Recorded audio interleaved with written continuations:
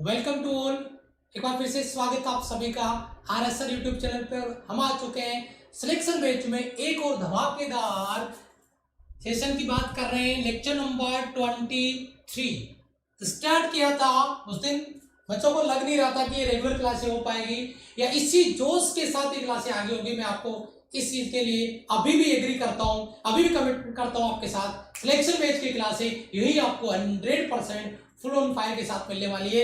आज का lecture number 23 और अपन आज बात करेंगे लॉ ऑफ मोशन, यानी लॉ ऑफ मोशन के कॉन्सेप्ट का एंड गेम। और आप देख पा रहे होंगे आज हम जो कॉन्सेप्ट करने वाले हैं उन कॉन्सेप्ट से न्यूमेरिकल आते हैं तो बच्चा आसपास भी नहीं भटकता, उसके तुरंत उसको स्किप करके आगे जाता है। लेकिन मैं आज आपको एक चीज के लिए एग्री करूंगा, ये चीज अगर आप क्लास में शुरू से लास्ट तक समझ रहे हैं, सारे कॉन्सेप्ट, गिरनी वाला कॉन्सेप्ट भी दूंगा, ब्लॉक वाला कॉन्सेप्ट भी दूंगा, आपको यहां पर डाउट आपके जो बचे हुए हैं पहले के वो सारे क्लियर होंगे। Lecture number 23 law of motion part 4, आज हम इसके कॉन्सेप्ट फिनिश करेंगे। कल इसका पूरा प्रैक्टिस सेशन होगा, कल इसकी पूरी प्रैक्टिस की बात करेंगे, कल इसकी सेपरेट प्रैक्टिस क्लास होगी।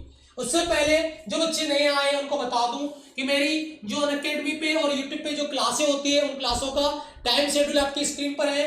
मॉक टेस्ट होता है सुबह मेरा 8 बजे अनअकैडमी स्पेशल क्लास में, डीपीपी सीरीज होती है 10-20 पे अनअकैडमी वॉरियर्स यूट्यूब चैनल पे। तीसरा सिलेक्शन बैच की क्लास होती है आरएसआर यूट्यूब चैनल पे, ये जो क्लास है वो। चौथा प्रैक्टिस प्लस की क्लास होती है 12:30 बजे अनअकैडमी प्लस पे। पांचवा कॉन्सेप्ट प्लस की क्लास होती है अनअकैडमी प्लस पे 2 बजे। छठवा कॉन्सेप्चुअल क्वेश्चन सीरीज होती है 4 बजे अनअकैडमी की स्पेशल क्लास में। और सातवां टॉपिक वाइज रिवीजन शाम को 6 बजे अनअकैडमी की स्पेशल क्लास है।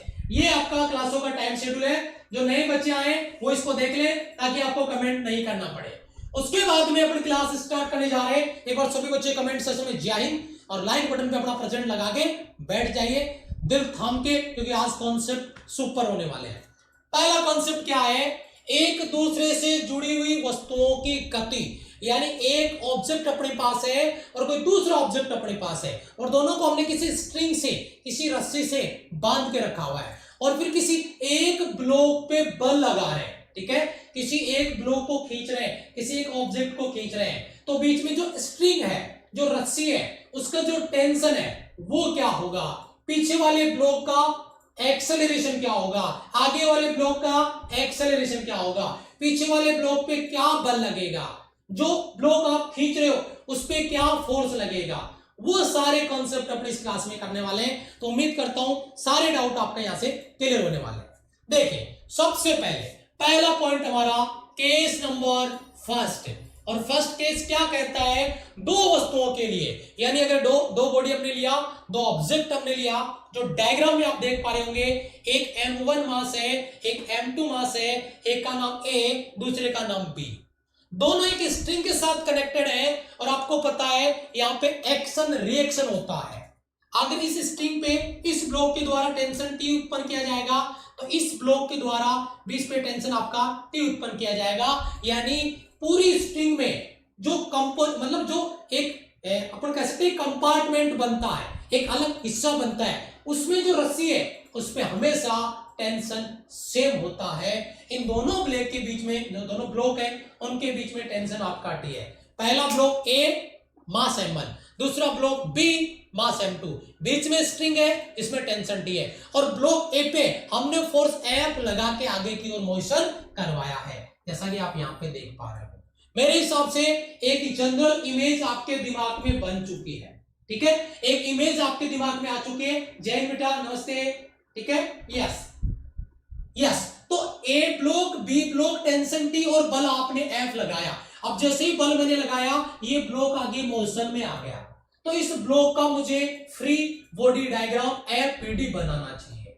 तो उसके लिए मैं आपका पूरा कंसंट्रेट, आपका पूरा ध्यान एक बार स्मार्ट बोर्ड पे चाहता हूं, जरा ध्यान दीजिए बेटा, इसको समझिए क्या कॉन्सेप्ट है। कॉन्सेप्ट ये है आपका, यहां पे इस ब्लॉक पे कितने बल लग रहे हैं? एक बल सर ये लग रहा है, दूसरा बल ये टेंशन वाला लग रहा है, और ये मान लो A एक्सेलरेशन के साथ इधर आगे जा रहा है, तो इसका इक्वेशन क्या बन जाएगा? बल इधर लग रहा है, यानी ये जो फोर्स आपका ज्यादा है, यानी मैं कह सकता हूं F और पीछे की तरफ क्या लग रहा है, टेंशन आपका टी, और इधर आगे बढ़ रहा है तो ये हो गया आपका M1A। मैं इस ब्लॉक के लिए कह सकता हूं, इस ब्लॉक के लिए कह सकता हूं, पहले ब्लॉक के लिए इधर बल लग रहा था, वो बल हम सब पॉजिटिव लेंगे, ज्यादा लेंगे। पीछे की तरफ जो खींच रहा है वो टेंशन टी है, F माइनस टी, और जो रिजल्टेंट आता है वो तो आपका MA आता ही। M की जगह M1 है, A की जगह आपका एक्सेलरेशन A है, M1A। इस ब्लॉक के हिसाब से इक्वेशन बन गया। मेरे हिसाब से किसी बच्चे का कोई डाउट नहीं बचा होगा। अगर मैं इस ब्लॉक की बात करूं तो इस पे तो केवल एक ही बल लग रहा है, और वो बल क्या लग रहा है बेटा, टेंशन टी, जो इस तरफ लग रहा है ये टेंशन टी। तो इसका इक्वेशन क्या हो जाएगा, टेंशन टी बराबर M2 और एक्सेलरेशन आपका A। मैं राज की बात बता दूं कि जो एक्सेलरेशन ब्लॉक A का होगा वही एक्सेलरेशन ब्लॉक B का होगा। तो इसका भी एक्सेलरेशन A है, तो बेटा T बराबर M2A। इसमें माइनस करने के लिए पीछे की तरफ कोई बल नहीं लग रहा, तो ये आपका शॉर्ट इक्वेशन बन गया, और ये आपका इस ब्लॉक के लिए इक्वेशन बन गया। डायग्राम पे लेके चलूंगा आगे, और यहाँ पे पूरी कहानी आपको क्लियर करूंगा। जरा इसको समझिए, यहां से समझिए, यहां से इसको समझिए, जरा ध्यान दीजिए, ठीक है, जरा ध्यान से इसको समझिए। और जो आपके एग्जाम में सवाल आता है वो सवाल में मैं आपको डायरेक्ट करके बताऊंगा, लेकिन फील आनी चाहिए, समझ में आना चाहिए कि पढ़ क्या रहे हैं, पढ़ना क्या चाहते हैं, सवाल कैसे बनेगा, वो डायरेक्ट क्वेश्चन में मैं आपको यहाँ पे करके बताने वाला हूं। ये आपका पहला ब्लॉक है ए, ये ब्लॉक आपका बी। इसका एपीडी बना दिया है, फ्री बॉडी डायग्राम बना दिया है। ये ब्लॉक ए आपको नजर आता है, इस ब्लॉक का नाम ए। इसमें इधर हमने बल क्या लगाया, एफ। पीछे की ओर क्या लग रहा था, टेंशन टी। ऊपर की ओर नॉर्मल रिएक्शन R1, और नीचे की तरफ इसका बात M1G। सर आपने ये हमें नहीं बताया, क्योंकि बेटा इस मोशन का हमें यहाँ पे स्टडी करनी नहीं है। क्यों, क्योंकि ये R1 M1G के हमेशा बराबर होगा, इधर R2 M2G के हमेशा बराबर होगा, क्योंकि ये ब्लॉक ना तो हवा में ऊपर जाएगा और ना नीचे जाएगा। यानी इसकी स्टडी अपने को नहीं करनी है, हमें स्टडी करनी है जो हॉरिजॉन्टल मोशन हो रही है उसकी। तो आप इसको यहाँ पे नेगलेक्ट कर सकते हैं, इसकी जरूरत नहीं है, लेकिन फिर भी लिखा हुआ है ताकि आपको सारे बल उस ब्लॉक पे दिख जाए। तो बेटा R1 बराबर M1G का कोई लॉजिक नहीं है यहाँ पे, लेकिन इसका लॉजिक लग रहा है। मैंने क्या बताया, ब्लॉक इधर जाता है तो फोर्स F माइनस आपका टेंशन T बराबर M1A। पीछे मैंने ये इक्वेशन आपको बता दिया है, पीछे मैंने ये इक्वेशन आपको बता दिया है, F माइनस T बराबर M1A। कोई लॉजिक नहीं है, कोई दिक्कत नहीं है। आगे चलो, देखो यहाँ पे, उसके बाद में इसमें आ जाओ, दूसरा ब्लॉक आपका B। ब्लॉक B पीछे था, तो ब्लॉक B पे तो केवल आगे की तरफ एक टेंशन लग रहा था, ये टेंशन। एक्सेलरेशन इसका भी A है, एक्सेलरेशन इसका भी A है। R2 बराबर M2G, जो मैंने बताया जरूरत ही नहीं है, लेकिन T बराबर क्या होगा, M2A। मेरे हिसाब से ये दोनों इक्वेशन सभी बच्चों के क्लियर हो गए हैं, मेरे हिसाब से ये दोनों इक्वेशन सभी बच्चों के क्लियर हो गए। शाबाश, समझ में आ रहा है बेटा, समझ में आ रहा है। ओके चलो, इसका पहले का फ्री बॉडी डायग्राम बन गया, ए का और बी का। सर एक्सेलरेशन वाला सवाल बहुत पूछता है, बिल्कुल बेटा 100% आपको एक्सेलरेशन वाला सवाल पूछेगा। आपको पता है क्या होता है फॉर्मूला, फॉर्मूला होता है सर जी F बराबर ma। अगर आपको एक्सेलरेशन A निकालना हो तो रट्टा मारने की कोई जरूरत नहीं है, F बराबर A बराबर F बटा M। But already we know that यहाँ पे दो ब्लॉक है, दो ब्लॉक है, और दोनों का मास आपका M1 प्लस का M2 आएगा। तो मेरे हिसाब से जो सबसे ज्यादा पूछा जाने वाला सवाल आपके एग्जाम में वो यहीं से है। ये तो न्यूमेरिकल अगर बनेगा तो सोल्व कर लेंगे, कंडीशन मैंने बनाना बता दिया। ये फॉर्मूला रटने का नहीं है, ये कॉन्सेप्ट अप्लाई करने का। ये फॉर्मूला रटने का नहीं है, ये कॉन्सेप्ट अप्लाई करने का है। आप इस फॉर्मूले को रटने का नहीं है, फॉर्मूला मैंने बना के बताया, सबको आता है ये, बस अप्लाई करना आपको आना चाहिए। ये एक्सेलरेशन यहीं से न्यूमेरिकल आपका बनता है, और अगर आपने पहले एग्जाम दिया है तो आपको पता भी होगा कि यहां से सवाल बनता है, आपके एग्जाम में सवाल आया भी है। ठीक है, yes sir, full on fire, thank you बेटा, शाबाश, थैंक यू। ओके, अगला सवाल, पहला सवाल अपना कॉन्सेप्ट था केस फर्स्ट, दो बॉडी के लिए, दो ऑब्जेक्ट के लिए। अब आपकी स्क्रीन पर देखिए, तीन बॉडी मैंने लगा दिया है, तीन ऑब्जेक्ट लगा दिया है, ए बी और सी। देख के डर लग रहा होगा, लेकिन मैं कहता हूं 5 मिनट मुझे आप दे दो, 5 मिनट बाद में इसका कोई कॉन्सेप्ट आपको याद नहीं आए, उसकी गारंटी मेरी। ठीक है, कैसे, इसको समझिए। Block A, block B, block C, और ब्लॉक सी पे हमने एक फोर्स लगा दिया है आपका F। एग्री कर रहे हो? तीनों ब्लॉक का एक्सेलरेशन यहाँ पर ए जो आपको दिख रहा है, चाहे वो ए ब्लॉक की बात कर ले उसका एक्सेलरेशन भी आपका ए है, चाहे आप बी ब्लॉक की बात कर लो उसका एक्सेलरेशन भी ए है, चाहे आप सी की बात कर लो उसका एक्सेलरेशन भी ए है। मैंने पहले ही वाले कॉन्सेप्ट में ये चीज बता दी है। अच्छा जी, M1 और M2 के बीच में टेंशन आ रहा है। मैंने बताया कि किसी एक कंपार्टमेंट का जो हिस्सा है उसमें टेंशन एक ही होगा, तो इन दोनों ब्लॉक के बीच में एक ही टेंशन है, वो क्या आपका T1। इन दोनों ब्लॉक के बीच में एक ही टेंशन है, वो क्या है आपका T2।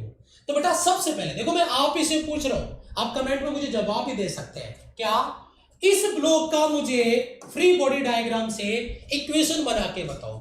आप सोचोगे क्या, बोला सर इसमें तो एक ही बल लग रहा है। अच्छा क्या लग रहा है सर जी, टेंशन T1 लग रहा है, तो T1 बराबर क्या होगा सर जी, M1 है और इसका एक्सेलरेशन क्या है A, खत्म बात। ओ इतना इजी है सर, बिल्कुल। नंबर 1। नंबर 2, दूसरा ब्लॉक आता है, इस पे कितने बल लग रहे हैं सर जी, इस पे 2 बल लग रहे हैं। कौन कौन से लग रहे हैं सर जी, टेंशन T2 लग रहा है, T2 तो लग रहा है इधर, और T1 कहां लग रहा है सर, T1 लग रहा है पीछे। तो अंतर निकालो, ज्यादा कौन सा होगा, T2 या T1। सर बल इधर लग रहा है, इसका मतलब T2 ज्यादा होगा, तो भाई अंतर निकालो। ये लो रिजल्ट निकालते हैं, T2 माइनस T1 बराबर वही क्या, ब्लॉक का नाम क्या है M2 और एक्सेलरेशन क्या है M2A। अरे इक्वेशन चुटकियों में बढ़ेंगे, टेंशन नहीं लो आप, खत्म कॉन्सेप्ट आपका। अब आप इसको थोड़ा और आगे सोल्व कर सकते हो, कैसे, मान लो आपको T2 निकालना है, बेटा T1 को उधर ले जाओ M2A और ये आपका T1 इधर आके प्लस का हो गया, क्योंकि मैं राज की बात इधर से करने वाला हूं, मैं इसको पुट करने वाला हूं T1 को। तो बेटा T2 बराबर M2A और आपका T1 का वैल्यू क्या है बेटा M1A। समझ रहे हो क्या कहना चाहता हूं मैं, T2 बराबर, बेटा एक कॉमन ले लो, कहानी पूरी समझ में आ गई आपको। ये डायरेक्ट आपका न्यूमेरिकल का कॉन्सेप्ट बन गया, डायरेक्ट न्यूमेरिकल कॉन्सेप्ट। बीच वाले ब्लॉक का टेंशन पूछे M1 प्लस M2, टेंशन का मतलब फोर्स, F बराबर MA, इसको F मान लो थोड़ी देर के लिए, F बराबर MA। ये M यहाँ पे 2 ब्लॉक है, ये आपका M1 और M2 इन दोनों का मास M1 प्लस M2 और उसका एक्सेलरेशन A, तो T2 बराबर A M1 plus M2 numerical बनेगा डायरेक्ट। यहां से मैंने इसको सॉल्व करके दे दिया, रट्टा मारने की जरूरत नहीं है, अपने आप कॉन्सेप्ट बन जाएगा। अब चलते हैं तीसरे कॉन्सेप्ट में, तीसरे कॉन्सेप्ट में इधर आ जाओ। तीसरा आपका M3 है, M3 पे कितने फोर्स लग रहे हैं सर जी, 2। एक कौन लग रहा है सर, एक तो F लग रहा है, पीछे क्या लग रहा है सर जी T2, ज्यादा कौन सा होगा सर F होगा, इधर तो एक्सेलरेशन है ना इसलिए। चलो F माइनस आपका क्या आ रहा है बेटा T2 बराबर मास क्या बेटा M3 और एक्सेलरेशन क्या है A। शाबाश बन गया इक्वेशन। सर थोड़ा सोल्व भी कर लो, ये लो कर देते हैं, F आपका बराबर M3A और आपका T2, और अभी अभी मैं T2 निकाल चुका हूं, राज की बात यही है, मैं अभी भी इसका यूज यहाँ पे, इसका यूज यहाँ पे, इसीलिए मैंने पीछे से स्टार्ट किया था। ये बेटा आपका M3A प्लस का, यहाँ पे A बाहर कॉमन आ गया, कोष्टक में आपका M1 प्लस का M2, दोनों से A कॉमन ले लो, सारी कहानी क्लियर हो गई है, पूरी की पूरी कहानी क्लियर हो गई है। M1 प्लस M2 प्लस का आपका M3, सारी कहानी क्लियर हो गई है। इस वाले ब्लॉक पे टेंशन लग रहा था T1 तो बराबर M1A, इस पे टेंशन लग रहा था T2 तो T2 बराबर A M1 प्लस M2, और इस पे बल लग रहा है F, तो F बराबर A M1 plus M2 plus M3। आज तक इन सवालों को देख के स्किप करते आए, लेकिन इन सवालों का मैं क्या बताऊं आपको, इतनी सी भी औकात नहीं है कि आपसे गलत करवा दे। बस फर्क इतना है कि पहले इनके कॉन्सेप्ट समझ लो, न्यूमेरिकल की औकात नहीं कि वो आपसे कैलकुलेशन गलत करवा दे, क्योंकि कैलकुलेशन डायरेक्ट आएगी, और मेरे हिसाब से सभी बच्चों का डाउट यहां से क्लियर है। बहुत से बच्चे कमेंट में अपने इक्वेशन डाल रहे हैं, बहुत अच्छा लगा देख के। मैंने आप देखा आपका कमेंट पिछले 7-8 मिनट में, ये आपके तीनों इक्वेशन तैयार हो गए कि नहीं हो गए, मुझे इतना सा बता दो। और अगर एंजॉय कर रहे हो क्लास को तो कमेंट सेक्शन में आप लिख सकते हैं मुझे, क्योंकि आपका कमेंट पढ़ के मुझे जरूर मजा आएगा। ठीक है, तो ये तीनों के तीनों फ्री बॉडी डायग्राम मैंने यहाँ पे बना के आपको दे दिए। मैं फिर कह रहा हूँ, R1 बराबर M1 जी, R2 बराबर M2 जी, R3 बराबर M3 जी, इनकी कोई जरूरत नहीं है, ये मैंने आपको निकाल के दे दिया, ये मैंने आपको निकाल के दे दिया, ये मैंने आपको निकाल के दे दिया, यस और नो। तो कोई डाउट किसी का, कोई डाउट नहीं है, बस एक डाउट है सर फाइनल, पिछले वाले सवाल की तरह एक्सेलरेशन निकालना बता दो। अरे वो तो उसी सवाल का कॉपी पेस्ट है, कॉपी पेस्ट कैसे है सर? अच्छा ये लो, F बराबर क्या होता है सर, MA, आपको क्या निकालना, A तो ए बराबर एफ बटा एम, एफ तो एक ही है लेकिन एम कितने हैं, 3 है सर, लिख दो क्या दिक्कत है, ये लो एफ बटा एम। पिछले वाले सवाल में 2 ब्लॉक थे तो m1 प्लस m2 किया, इसमें 3 है तो m1 plus m2 plus m3, खत्म बात, ये लो, ये तो फॉर्मूला आना चाहिए, इसी का न्यूमेरिकल बनता है सबसे ज्यादा। बाकी इनसे बढ़ता है तो भी क्या कर लेगा भाई, हमने तो क्लियर कर लिया है कॉन्सेप्ट। बताओ क्लियर है सर, फुल ऑन फायर, शाबाश, ओके थैंक यू बेटा, full on fire, thank you so much, thank you thank you thank you, all clear sir, शाबाश, वेरी गुड। चलो जी आगे बढ़ते हैं, याद रख लो एक पॉइंट और एक न्यूमेरिकल अभी का अभी करवा देता हूं, अभी का अभी एक पॉइंट याद रख लो, अभी का अभी न्यूमेरिकल करवा देता हूं। क्या याद रखिए, रिमेंबर आपको रखना है, लर्न करके रखना है, समझ लो, फिर अभी का अभी इसका एक न्यूमेरिकल करते हैं। यदि एन डिफरेंट ऑब्जेक्ट पे समान बल, सेम फोर्स अप्लाई कर दिया जाए तो उन पे त्वरण, एन है नंबर ऑफ ऑब्जेक्ट है, एन सेम फोर्स एफ लगा दिया, ए का एक्सेलरेशन a1।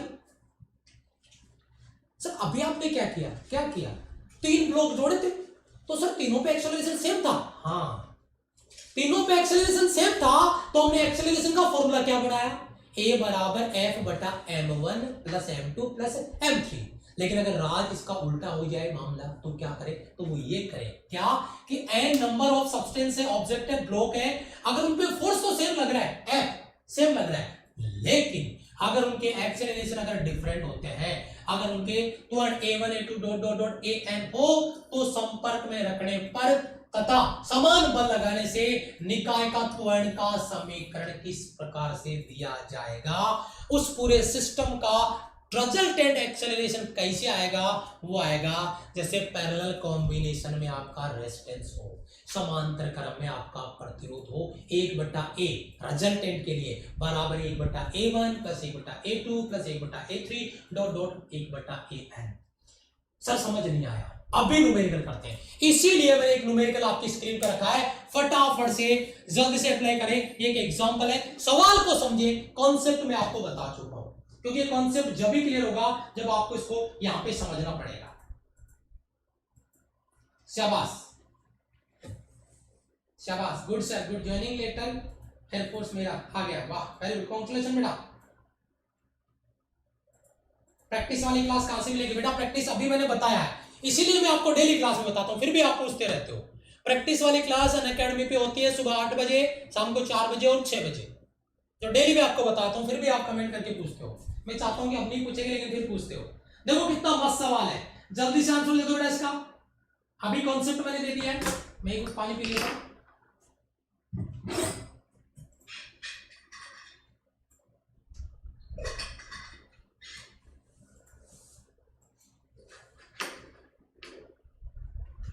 क्लास को शेयर करो दबा के, अगर क्लास को एंजॉय करो, सच्ची बता रहा हूं, दिल से आवाज आया ना कि मजा आ रहा है, समझ में आ रहा है, कॉन्सेप्ट क्लियर हो रहा है, फटाफट से शेयर करो और सवाल को समझो फटाफट।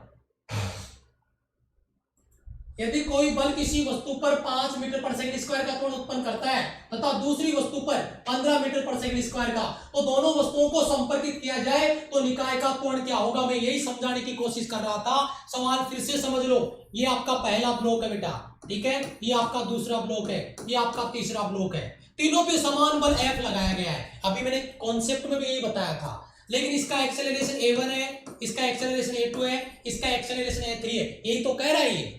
इसने 2 ब्लॉक लिए, पहली वस्तु का एक्सेलरेशन आपका a1 5 मीटर पर सेकंड स्क्वायर उत्पन्न करता है, दूसरी वस्तु पर वही आपका फोर्स कितना एक्सेलरेशन उत्पन्न करता है 15 मीटर पर सेकंड स्क्वायर, तो दोनों वस्तुओं के संपर्क में कर दिया, कांटेक्ट में रख दिया, तो बताओ उस सिस्टम का एक्सेलरेशन क्या होगा, निकाय का त्वरण क्या होगा। तो वही सीधी सी बात है, वही कॉन्सेप्ट लगा देंगे, 1/a बराबर 1/a1 प्लस 1/a2। लेकिन जब 2 ही सब्सटेंस है, प्रतिरोध की शॉर्ट ट्रिक पता है, बस वो लगा दो, ऊपर गुणा a बराबर ऊपर गुणा नीचे टोटल, बस हो गया काम हमारा। ऊपर गुणा कितने, 5 गुणा 15, तो 5 गुणा 15 बटा 15 और 5 20, ये कट जाएगा, 75 बटा 20, यानी ये 37.5 बटा 2 का भाग लग जाएगा, तो 3.75, ऑप्शन ए आ गया राइट आंसर आपका। बताओ क्या कहते हो, मजा आया, ऑप्शन ए, शाबाश, वेरी गुड। देखो कितने सारे बच्चों के आंसर ए पे दिख रहे हैं मुझे, शाबाश, वेरी गुड वेरी गुड, बहुत अच्छा लगा। पहले कॉन्सेप्ट से क्वेश्चन करते ही मजा आ गया ना, अगर डायरेक्ट पूछता तो हवा ही नहीं लगती, हवा ही नहीं लगती। कॉन्सेप्ट दिया फिर न्यूमेरिकल किया, कितना मजा आया। बस यही चीज आपको करनी है और यही सिलेक्शन बेच की सबसे बड़ी ताकत है, सबसे बड़ा पावर अपना। ठीक है, चलिए आगे बढ़ते हैं। अगला सवाल देखो, क्या कॉन्सेप्ट है, चिकने नत समतल पर वस्तु की गति। ओ क्या सुपर कॉन्सेप्ट आया आपका। ठीक है, यहाँ पे कॉन्सेप्ट आपका निकल के क्या आ रहा है, चिकने नत समतल पे वस्तु की गति, motion of a body on a smooth, समझ लो, चिकने यानी घर्षण नहीं लेना, फ्रिक्शन नहीं लेना है, on a smooth inclined plane, समतल पे गति। और इसके कॉन्सेप्ट समझने के लिए बच्चे तैयार होंगे। ठीक है, यस, देखो बेटा यहाँ पे एक कॉन्सेप्ट आपका ये वाला लॉजिक है, एक ब्लॉक बेटा मैंने यहाँ पे रखा हुआ है, समझना जरा ध्यान से। इस ब्लॉक का बार mg लगेगा आपका नीचे की तरफ, ये बार mg नीचे की तरफ लग रहा है। इस mg के ये इंक्लाइंड प्लेन आपका थीटा एंगल पे बेटा, ये इंक्लाइंड प्लेन आपका थीटा एंगल पे जो आपको दिख रहा होगा यहाँ पे, कोई दिक्कत नहीं है। तो इस mg के हमने दो कंपोनेंट बना दिए, एक जिसके साथ थीटा आता है, ये थीटा आपका ये आ गया, तो ये हो गया आपका mg cos थीटा, और दूसरा कंपोनेंट उसके परपेंडिकुलर जो कंपोनेंट आ गया आपका mg sin थीटा। इस ब्लॉक के ऊपर की तरफ आपका नॉर्मल रिएक्शन फोर्स R लग गया, R यहाँ पे बैलेंस हो रहा है mg cos थीटा से, याद रखिएगा बेटा R बराबर mg cos थीटा। R किसके बराबर आ रहा है बेटा, mg cos थीटा के, और यहाँ पे mg sin थीटा बैलेंस होता है ऊपर की ओर लगने वाले बल के, जो यहाँ पे ma के रूप में डिफाइन हो सकता है। आपका मास अगर m1 है तो m1a के रूप में डिफाइन हो सकता है, जो भी आपको दिया जाए। डायग्राम शायद आपको समझ में आ गया है, तो मैं इसकी थ्योरी पे आपको लेके चलता हूँ। ठीक है, मैं इसकी थ्योरी पे आपको लेके चलता हूँ। देखिए बेटा थ्योरी इसकी कौन सी है, ये रही, इसको समझिएगा। क्या थ्योरी में क्या समझाया गया है कि एक वस्तु चिकने नत समतल AB को जो क्षैतिज के साथ थीटा एंगल पे कोण बनाता है पर रखी गई है, तो वस्तु पे कार्यकारी बल कौन कौन से फोर्स अप्लाई होंगे, डायग्राम में पहले ही आपको समझा चुका हूं, तो आगे आ जाओ। वस्तु का भार नंबर 1 mg नीचे की तरफ, प्रतिक्रिया बल R तल के लंबवत ऊपर की ओर, ये प्रतिक्रिया बल ऊपर की तरफ प्लेन के बिल्कुल परपेंडिकुलर, और भार mg नीचे की तरफ। समझ में आया दोनों फॉर्मूले। अब आगे आ जाओ, यहाँ पे वस्तु के भार mg के तल के लंबवत घटक, समांतर घटक mg cos थीटा और mg sin थीटा है। बेटा लंबवत घटक क्या है, mg, और समांतर घटक क्या है, mg cos थीटा और mg sin थीटा। तो बेटा ma बराबर mg sin थीटा रख दिया। मैंने कहा ना कि mg sin थीटा की वजह से वो मोशन कर रहा है, आप खुद मुझे बताओ, इस डायग्राम को देखना एक बार। बेटा ये ब्लॉक अगर नीचे आता है तो कौन सा कंपोनेंट है जो इसको नीचे गति करवाएगा, आप खुद मुझे बता दो। देखिए कौन सा कंपोनेंट है जिसकी वजह से ये गति करेगा, आप कहोगे सर जी mg sin थीटा। यस, तो m मान लो इसका ब्लॉक का मास है, a उसका एक्सेलरेशन है, तो ma बराबर आपका हो गया mg sin थीटा। अगर मैं m से m काट देता हूं तो मेरे हिसाब से a बराबर g sin थीटा। किसी बच्चे को कोई डाउट नहीं बच रहा होगा यहाँ पे कि मैंने ये क्या बता दिया। ठीक है, यस, आगे चले। देखो बेटा ये रहा आपका कॉन्सेप्ट, ये रहा, ये देखो ma बराबर mg sin थीटा या a बराबर g sin थीटा, पहला इक्वेशन, कोई दिक्कत नहीं है बेटा। दूसरा इक्वेशन r बराबर mg cos थीटा, ये तो मैं पहले ही बता चुका हूं आपको, r बराबर mg cos थीटा। ये देखो ये किससे बैलेंस होगा बेटा, mg cos थीटा से बराबर, देखो अपोजिट डायरेक्शन में, ये तो मैं पहले ही बता चुका हूं आपको। तो r बराबर आपका mg cos थीटा, ये आपका सेकंड इक्वेशन, r बराबर mg cos थीटा। तो मेरे हिसाब से ये दोनों इक्वेशन आपने बना लिए। दोनों इक्वेशन में यहाँ पे एक बार और क्लियर कर देता हूं, अगर आपको फिर भी डाउट रहता है तो एक बार मैं ऐसे बना देता हूँ। इंक्लाइंड प्लेन थीटा, ये आपका कोई ब्लॉक है, ठीक है, ये ब्लॉक है और इसका भार mg, यहाँ से भार mg नीचे की तरफ लग गया। इसके दो कंपोनेंट हो गए, एक आपका हो गया ये थीटा, तो अगर ये थीटा तो ये भी होगा, ये आपका mg cos थीटा हो जाएगा। इधर जो कंपोनेंट लगेगा परपेंडिकुलर वो आपका mg sin थीटा होगा। नॉर्मल रिएक्शन फोर्स ऊपर की तरफ लगेगा r, तो यहाँ पे r बराबर हो गया आपका mg cos थीटा। मैं दोबारा इसलिए लिख रहा हूँ ताकि आपके समझ में आ जाए और मैं लिख भी दूं इसको, ठीक है। और इधर गति करेगा तो आपका जो ma, ये पहला, ये दूसरा इक्वेशन मान लो उसका, और ma बराबर आपका mg sin थीटा, m से m कट जाएगा तो a बराबर g sin थीटा। ये आपका पहला इक्वेशन है, ये दूसरा इक्वेशन है। ये चीज यहाँ पर आपकी बढ़ाई गई है पहले और दूसरे इक्वेशन से। मेरे हिसाब से किसी बच्चे का कोई डाउट नहीं बच रहा होगा, ठीक है। यस बेटा, अकेडमी का लर्निंग ऐप डाउनलोड करना पड़ेगा आपको। डिस्क्रिप्शन में लिंक दिया हुआ है, वहां से जाके आप ज्वाइन कर सकते हैं और अनअकैडमी का लर्निंग ऐप डाउनलोड करो, डिफेंस कैटेगरी सिलेक्ट करो और फिर मुझे ज्वाइन करके देखो, एक बार क्लास लेना, पता चल जाएगा। ठीक है, प्रैक्टिस कैसे होती है। अच्छा जी, नोट पॉइंट क्या है अगले पॉइंट पे। बेटा ये दोनों इक्वेशन बन गए, सभी बच्चों की क्लियर है? ये दोनों इक्वेशन सभी बच्चों की क्लियर है? ये सभी बच्चों की क्लियर है बेटा?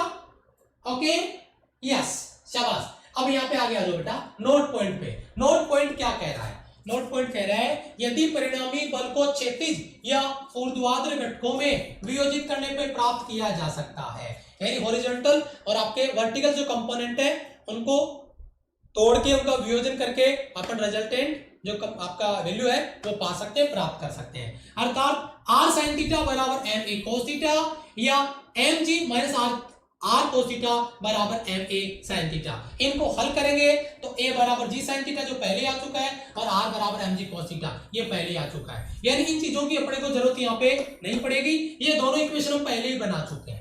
ये तो r तो बैलेंस होता है, r बराबर mg cos थीटा, और ये मैंने आपको कैंसिल करके बताया ही था a बराबर g sin थीटा, यानी यहाँ पे केवल ये बताया गया है, बाकी फॉर्मूला आपको ऑलरेडी याद है, तो इस पे आपको अलग से टाइम देने की जरूरत नहीं है। अगला सवाल, यहाँ पे बहुत ज्यादा कुछ घबराने वाली बात नहीं थी, थोड़ा सा आगे आ गए। जो क्या है यहाँ पे आ रहा है, एक डोरी से जुड़ी हुई दो वस्तुओं की गति। डोरी से जुड़ी हुई दो वस्तुओं की गति, यस, ये देखिए पहला कॉन्सेप्ट आपका, असमान द्रव्यमान की वस्तुओं की हल्की व घर्षण रहित गिरनी पर गति, motion of unequal motion suspended from A light friction less pulley. Pulley concept बच्चे कहते हैं सर आपने मिशन 2019 पार्ट 2 में पुली कॉन्सेप्ट नहीं करवाया, आज करवाएंगे। यही फर्क है सिलेक्शन बैच का मिशन 2019 पार्ट 2 का। अगर कोई कॉन्सेप्ट वहां मैंने स्किप किया है तो मैंने इसको यहां पे डाला है, और इसीलिए मैं कहता हूं सिलेक्शन बैच के नोट्स 25% अपडेट है मिशन 2019 पार्ट 2 से, क्योंकि इस नोट्स को कभी अपडेट करने की जरूरत नहीं पड़ेगी। ठीक है, चलो पुली कॉन्सेप्ट पे चलते हैं। ये आपका एक हल्का फ्रिक्शन लेस पुली है, घिरनी है, और इसमें दो ब्लॉक अलग अलग मास के, एक ब्लॉक का नाम A जिसका मास m1 है, दूसरा ब्लॉक का नाम B जिसका मास m2 है। इस पे भार लगेगा m1g, इस पे भार लगेगा m2g। यहाँ पे टेंशन T है और यहाँ पर आपका टेंशन T है, दोनों साइड में टेंशन T ही रहेगा। लेकिन राज की बात क्या है, m1 वाला जो ब्लॉक ऊपर जा रहा है और m2 वाला ब्लॉक नीचे जा रहा है, कैसे पता चला? ये देखो इधर, यानी गिरनी पे ये जो ब्लॉक ऊपर जा रहा है नीचे जा रहा है, क्यों जा रहा है? क्योंकि यहाँ पे इसका रिलेशन आपको बताया नहीं गया है, m1 m2, इसको आगे वाली स्लाइड में यहाँ पे बता दिया गया। ये देखो, इसका मतलब m2 क्या है? बड़ा है m1 से। अगर m2 m1 से बड़ा होगा तभी तो ये ब्लॉक नीचे जाएगा, ये नीचे जाएगा, ये ऊपर जाएगा। इसका एक्सेलरेशन ऊपर है, इसका एक्सेलरेशन नीचे है। अब आप मुझे इसका फ्री बॉडी डायग्राम बना के बता दो, मैं कुछ नहीं जानता। इसका आप मुझे फ्री बॉडी डायग्राम बना के बता दो, इस ब्लॉक का और इस ब्लॉक का। आप इसे चाहूंगा मैं, मुझे जवाब चाहिए। इस ब्लॉक का फ्री बॉडी डायग्राम बनाओ। सबसे पहले ब्लॉक कहां जा रहा है? सर ऊपर जा रहा है। ऊपर की तरफ बल क्या लग रहा है? सर जी टेंशन T लग रहा है। तो T ज्यादा या m1g ज्यादा? सर जी T ज्यादा। निकालो आंसर, T माइनस m1g, और बराबर परिणामी क्या होगा? मास क्या है? m1, और एक्सेलरेशन क्या है इसका? a। खत्म बात, फिनिश। चलो उधर ले जाओ, T बराबर m1g प्लस m1a, T बराबर क्या कॉमन ले सर जी? m1 कॉमन लो ना, ये लो, g प्लस a। अरे सर जी लिफ्ट कॉन्सेप्ट याद आ गया? ओके, कुछ भी नहीं है भाई, कुछ भी नहीं है, समझना आपको पड़ेगा। मेरे हिसाब से इस वाले कॉन्सेप्ट को आपने क्लियर कर लिया है। सभी बच्चों का यहां से डाउट क्लियर है? ठीक है, यस, ओके। उसके बाद में इस ब्लॉक पे आ जाओ बेटा। इस ब्लॉक का कॉन्सेप्ट आप मुझे बताओ। इस ब्लॉक पे क्या है? ब्लॉक कहां जा रहा है? नीचे। ऊपर क्या है? टेंशन T, यानी नीचे की तरफ लग रहा है m2g और ऊपर की तरफ लग रहा है T। ब्लॉक जा रहा है नीचे, इसका मतलब नीचे वाला बल ज्यादा है। इसका मतलब मुझे यहाँ पे क्या लिखना चाहिए? मुझे यहाँ पे लिखना चाहिए m2g माइनस का T, क्योंकि ये ज्यादा है, नीचे जा रहा है इसलिए, और बराबर है भाई मास क्या है? m2, और त्वरण क्या है? सर त्वरण A है, ये रहा त्वरण नीचे की तरफ A। चलो खत्म बात। आपको T निकालना है तो T को उधर ले जाओ, इसको इधर ले आओ, तो ये हो जाएगा आपका m2g, और ये इधर आके माइनस का हो जाएगा m2a। अगर आपको निकालना है m2 T निकालना है तो g माइनस a। याद आया? नीचे जाए तो g माइनस ए, ऊपर जाए तो g प्लस ए। मुझे नहीं लगता किसी भी बच्चे को यहाँ पे कोई डाउट है, मुझे नहीं लगता किसी बच्चे को यहाँ पे कोई डाउट है इन दोनों कॉन्सेप्ट के फ्री बॉडी डायग्राम में। यस सर, शाबाश, लिफ्ट वाला है। ओके, बताओ दोनों के फ्री बॉडी डायग्राम से कॉन्सेप्ट क्लियर है? रट्टा मारना बंद आज से, एक बार इसकी प्रैक्टिस कर लेना, कोई भी क्वेश्चन आपका बच जाए तो मुझे बताना, इसी कॉन्सेप्ट के साथ, इसी जोश के साथ, ठीक है? यस, चलो जी आगे चलते हैं, आगे बढ़ते हैं। आगे क्या बनता है आपका? ये डायग्राम, ये जो मैंने बताया इक्वेशन, ये दोनों इक्वेशन मैंने बता दिए, मैंने सोल्व कर दिया है। और सोल्व करने के बाद अब यहाँ पे ये आपका जो कॉन्सेप्ट है, इसका अगर मुझे एक्सेलरेशन ए निकालना पड़े तो, अगर मुझे एक्सेलरेशन ए निकालना पड़े तो मैं कैसे सोल्व करूं? तो मैं इन दोनों इक्वेशन को सोल्व कर सकता हूं। ये आपका टी है, ये आपका टी है, ठीक है? अगर मुझे ए निकालना हो तो मैं कैसे निकालूं? इन दोनों इक्वेशन को सोल्व करके। ये जो इक्वेशन पढ़ाए थे ना हमने, T minus M one A बराबर M one G, M one A M two G minus T बराबर एम टू ए, इन दोनों को सोल्व करके हम एक्सेलरेशन निकाल लेंगे। लेकिन मैं एक ही बात बोलूंगा, बेटा कॉन्सेप्ट आपने बना लिए, एक्सेलरेशन का फॉर्मूला डायरेक्ट याद रख लो, m2 माइनस m1a, जो ब्लॉक ज्यादा है वो अंतर निकालो। मैंने खुद बताया था आपको, गिरनी नीचे जा रही है m2 की तरफ से, तो m2 बड़ा है किससे? m1 से। तो बेटा ज्यादा वाले में से ब्लॉक में से कम वाले ब्लॉक को घटाना, m2 माइनस m1 नीचे, ऊपर अंतर, नीचे टोटल इंटू जी। बड़ा शॉर्ट ट्रिक है, इसको याद रखने का। और रही बात अगर टेंशन निकालना आपको पूरी रस्सी में, तो वो देखो 2m1 m2 बटा m1 प्लस m2 इंटू जी। ये दोनों फॉर्मूले बहुत ज्यादा इंपॉर्टेंट है, दोनों फॉर्मूले डायरेक्ट आपका न्यूमेरिकल तैयार करके देंगे, डायरेक्ट आपका क्वेश्चन तैयार करके देंगे, ठीक है? यस यस, ये डायरेक्ट क्वेश्चन आपका, ये तो एक्सेलरेशन m2 माइनस m1 बटा m1 प्लस m2 इंटू जी, और ये आपका टेंशन 2m1 m2 बटा m1 प्लस m2 इंटू जी। ये आपका कॉन्सेप्ट, दोनों फॉर्मूले, ये नीचे इंग्लिश में लिखा है, वही चीज आप देख सकते हो यहाँ पे। अब आगे आ जाओ, एक और कॉन्सेप्ट है, केस नंबर 2। दूसरा केस देखो क्या है, इस तरीके का भी तो बन सकता है। पहला केस आपका पुली दोनों तरफ से स्वतंत्र था, इधर से इधर, लेकिन यहाँ पे ऐसा नहीं है। यहाँ पे एक ब्लॉक एक सरफेस पे रखा हुआ है, और दूसरा ब्लॉक है वो बिल्कुल सस्पेंडेड है, यानी स्वतंत्र रूप से लटकाया गया है। पूरा का पूरा लॉ ऑफ मोशन लास्ट में 5 मिनट में रिवाइज करवा के जाऊंगा, पूरा का पूरा लॉ ऑफ मोशन लास्ट के 5 मिनट में रिवाइज करवा के जाऊंगा, समझ में आ जाएगा कि क्या क्या इसमें बताया गया था। मुझे ध्यान दीजिएगा, लास्ट के 5 मिनट फिनिश करके जाऊंगा आज इसको। ये ब्लॉक आपका m1, टेंशन आपका क्या है बेटा? t। इधर आपका ब्लॉक है m2, टेंशन क्या है? t। भाई पुली के इधर और इधर टेंशन बराबर होगा, पिछले वाला कॉन्सेप्ट याद है भी? यस, t और t, इसका m2, इसका बाहर नीचे लग रहा है m2g, और इसका बाहर मतलब आपका मास है m1 और टेंशन t। तो यार कोई मुझे इसका फ्री बॉडी डायग्राम बता सकता है क्या? इसका फ्री बॉडी डायग्राम बता सकता है क्या? ये टेंशन है और ये आपका ब्लॉक है। मान लो ये ब्लॉक नीचे जा रहा है, इस ब्लॉक का डायरेक्शन मैंने ए ले लिया है। अब मैं एक बार ये चीज कंफर्म कर लेता हूँ कि इस ब्लॉक को किस तरफ, नीचे की तरफ लेके जा रहे हैं। शायद नीचे की तरफ जाएगा, ऊपर तो अपने आप जाएगा नहीं, नीचे की तरफ जाएगा, ठीक है? तो कंफर्म अपने ही मानेंगे कि ये ब्लॉक नीचे की तरफ जा रहा है। तो पहले बेटा इसका फ्री बॉडी डायग्राम बना के मुझे बताओ, आप खुद बताओ सर। क्या कैसे सर? ब्लॉक नीचे जा रहा है तो m2g ज्यादा हो गया, बिल्कुल सही बात है। m2g माइनस ऊपर क्या है सर? टेंशन t है, बराबर रिजल्टेंट क्या आ रहा है? रिजल्टेंट तो सर m2 और ये आपका m2a आ गया। अच्छा, टेंशन t निकालना है तो क्या दिक्कत है सर? m2a को इधर लियो, m2a, और ये आपका प्लस का m2 माइनस का हो जाएगा, m2a इधर आके इसको m2g कर लो, है ना? और ये इधर आके माइनस का हो जाएगा। तो इसको मैं एक बार थोड़ा सा एक बार इरेज कर लेता हूँ इधर से। ओके देखो, तो ये आपका m2g और ये इधर आके आपका m2a माइनस का हो जाएगा।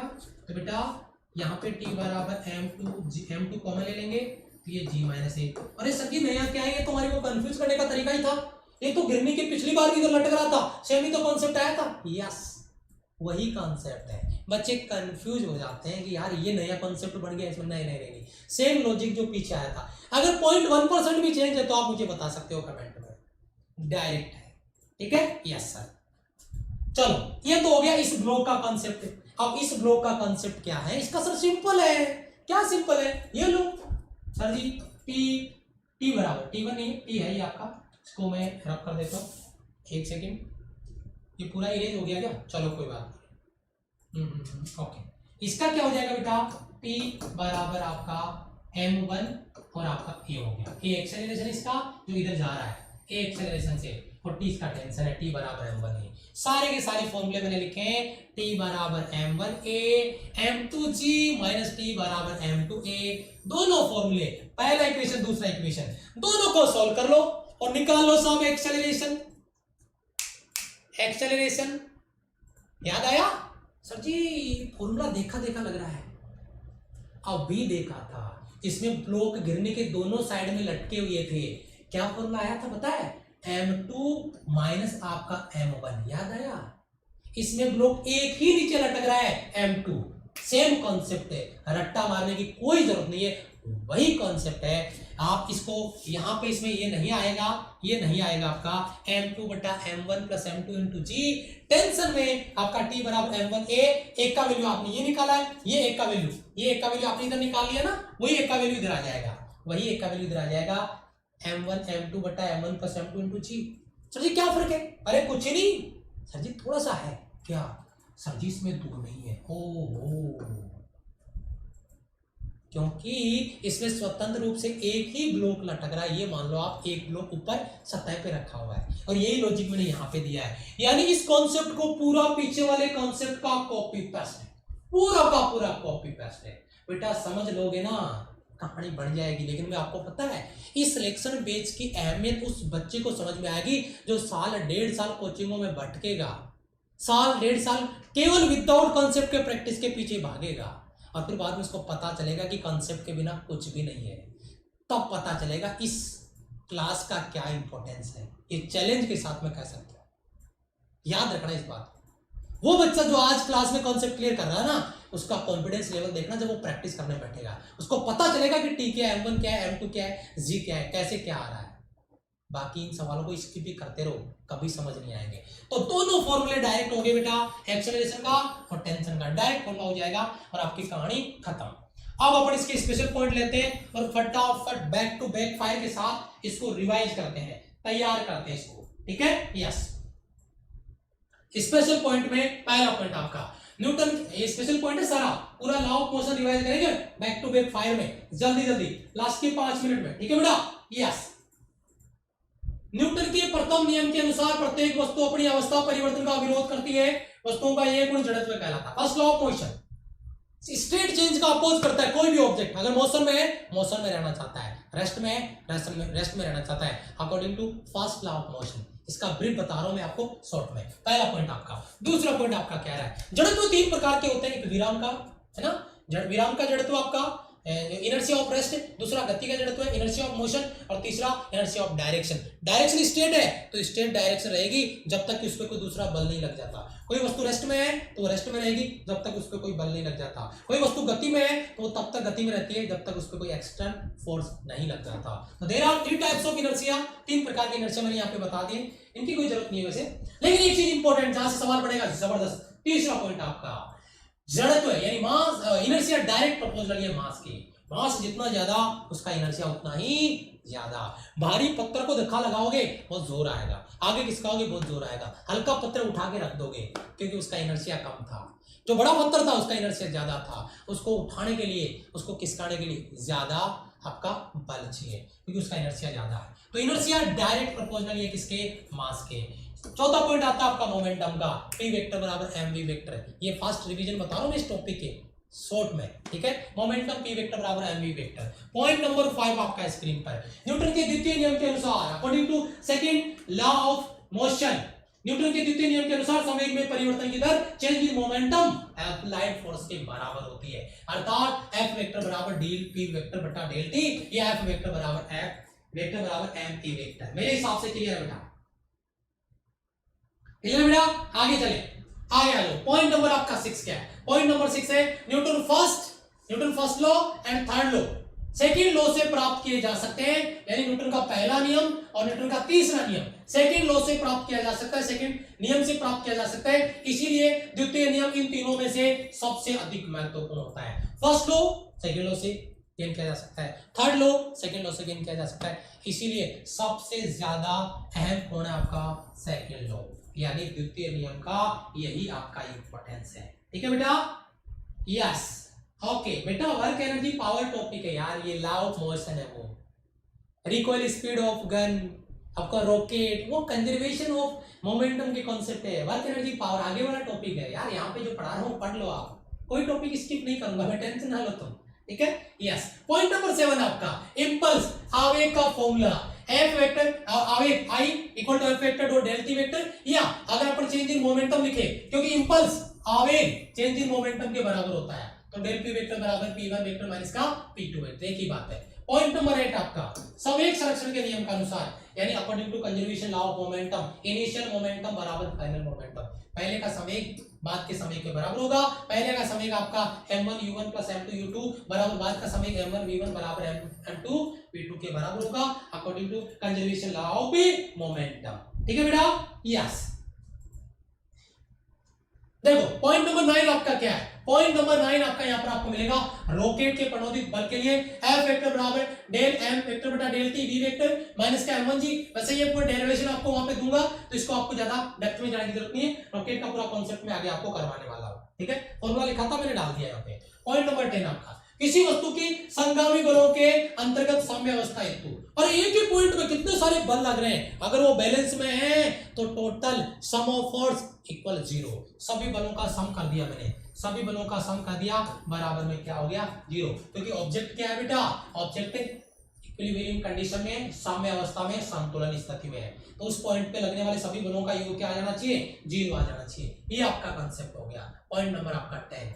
उसके बाद में आता है पॉइंट नंबर आपका 11। पॉइंट नंबर 11 क्या है, ऊपर की ओर त्वरित लिफ्ट में किसी वस्तु का आभासी भार, सबको पता है अगर लिफ्ट ऊपर की ओर एक्सेलरेशन की तरफ जाती है तो अभी मैंने कॉन्सेप्ट दिया है, उसमें टेंशन था, इसमें W है, वहां पे T था, यहाँ पे W m g प्लस है, याद आया कुछ लिफ्ट कॉन्सेप्ट में मैं आपको कल वाली क्लास में बता चुका हूं, ऊपर की ओर जाती है तो ये आभासी भार उसका। क्वेश्चन नंबर 12, अगर वही लिफ्ट नीचे की ओर एक्सेलरेट होती है देन उसका टोटल वेट भार W बराबर mg माइनस ए, हल्का महसूस होता है जब नीचे आता है एक्सेलरेशन के साथ, तो W बराबर mg माइनस ए। पॉइंट नंबर 13 आपका, यदि लिफ्ट नीचे की ओर त्वरण, ओहो A बराबर g यानी फ्री फॉल, यानी वस्तु अगर स्वतंत्र रूप से नीचे गिरती है तो उस वस्तु का वेट 0 यानी वेटलेसनेस की कंडीशन आ जाती है, बाह्यता की स्थिति आ जाती है। पॉइंट नंबर 13 आपका क्लियर है, पॉइंट नंबर 13 आपका क्लियर है, ठीक है, फिनिश हो जाएगा, यस 100%। पॉइंट नंबर 13 आपका क्लियर है। पॉइंट नंबर 14, यदि वस्तु का त्वरण a ग्रेटर देन g, वाह हंगामा हो जाएगा यहाँ पे, ठीक है हंगामा हो जाएगा अगर a ग्रेटर देन g हो गया, यानी जो नीचे की तरफ लिफ्ट आ रही है अगर उसमें त्वरण उसका a से g से ज्यादा है, a का मान, तो क्या होगा, वो बंदा हवा में उड़ेगा, लिफ्ट के ऊपरी छत पे जाके चिपक जाएगा, जैसे चिपकती है ना वैसे जाके, है ना, तो W ऋणात्मक हो जाएगा, भार ऋणात्मक बढ़ेगा मतलब नहीं है, वो डायरेक्शन अपोजिट हो जाती है, लिफ्ट की छत से जाके चिपक जाएगा, चिपक गई जैसे चिपकती है ना छत पे वैसे जाके चिपक जाएगा अगर a ग्रेटर देन g हुआ, ठीक है। यस, ये आपका कॉन्सेप्ट क्लियर हो गया। बताओ सभी बच्चों का क्लियर है यहां तक, ठीक है, सभी बच्चों का क्लियर है।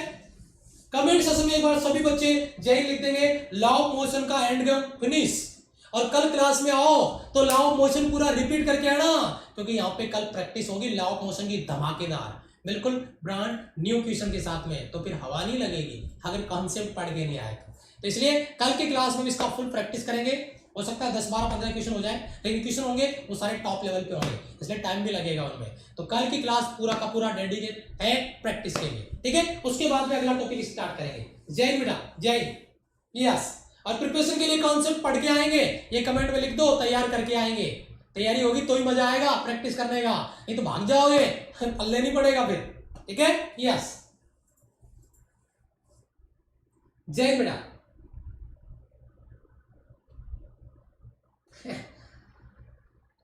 शाबाश, ओके, थैंक यू बेटा। लॉ ऑफ मोशन फिनिश, कल प्रैक्टिस, फिर मंडे से आपका नया टॉपिक स्टार्ट करेंगे। तब तक के लिए सभी को जय हिंद, love you all, bye bye. अगर क्लास में अभी तक आपने लाइक बटन में प्रेजेंट नहीं लगाई है, मैं देखता हूं कितने बच्चों ने प्रेजेंट लगा दिए, 340 बच्चों ने प्रेजेंट लगा दिए। जाते जाते जिन बच्चों ने प्रेजेंट नहीं लगाई है वो प्रेजेंट लगा के जाइए, क्योंकि अगर इसी में कंजूसी करोगे तो भैया फिर हम थक जाएंगे, हम हार जाएंगे, और समझ जाना अगर हम थक गए हार गए तो फिर दिक्कत है, ठीक है। Thank you so much, love you all, bye bye.